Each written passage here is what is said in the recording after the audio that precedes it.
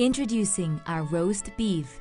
The ingredients are 800 grams whole beef shank, dash of salt and pepper, 1 clove garlic, grated, half teaspoon oil. Sprinkle the beef shank with salt and pepper.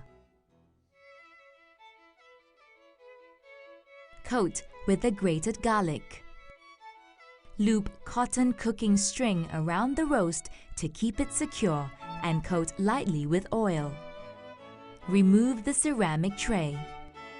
Place the prepared roast on the center of the metal tray. Insert the metal tray into the bottom rack. Press oven 1 level, 200 degrees Celsius.